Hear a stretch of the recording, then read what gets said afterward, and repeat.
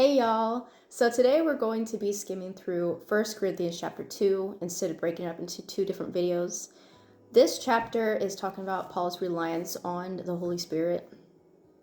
And in the very start of this chapter, he says, "And when I came to you, brethren, I did not come with superiority of speech or of wisdom, proclaiming to you the testimony of God. For I determined to know nothing among you except Jesus Christ and Him crucified."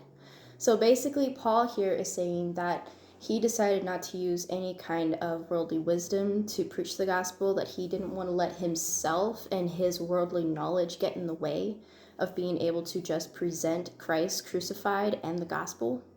He didn't want anything else standing in the way of just preaching Jesus. "I was with you in weakness and in fear and in much trembling." He was with them at probably one of his lowest points, but it was because he relied on the Spirit that he was able to present the gospel as strongly and as clearly as he was able to do, because it wasn't of his own power, it was of Christ's. "Yet we do not speak among those who are mature, a wisdom, however, not of this age, nor of the rulers of this age who are passing away. But we speak God's wisdom in a mystery, and hidden wisdom which God predestined before the ages to our glory." We don't speak of our wisdom, we speak of God's wisdom.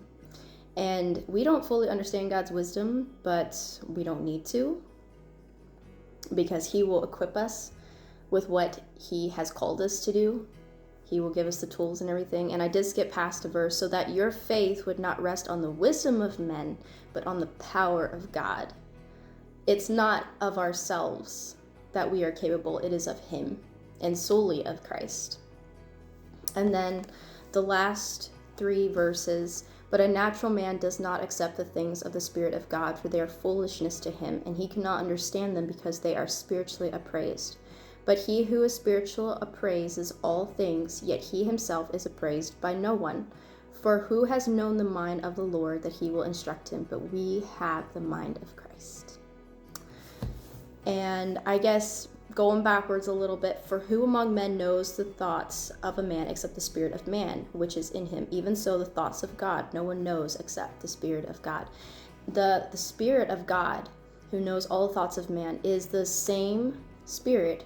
What I'm trying to say is the Spirit of God that only knows the thoughts of God is the same Spirit that dwells within us. But we have the mind of Christ, because the Spirit of Christ dwells within us. We are the temple that He lives in.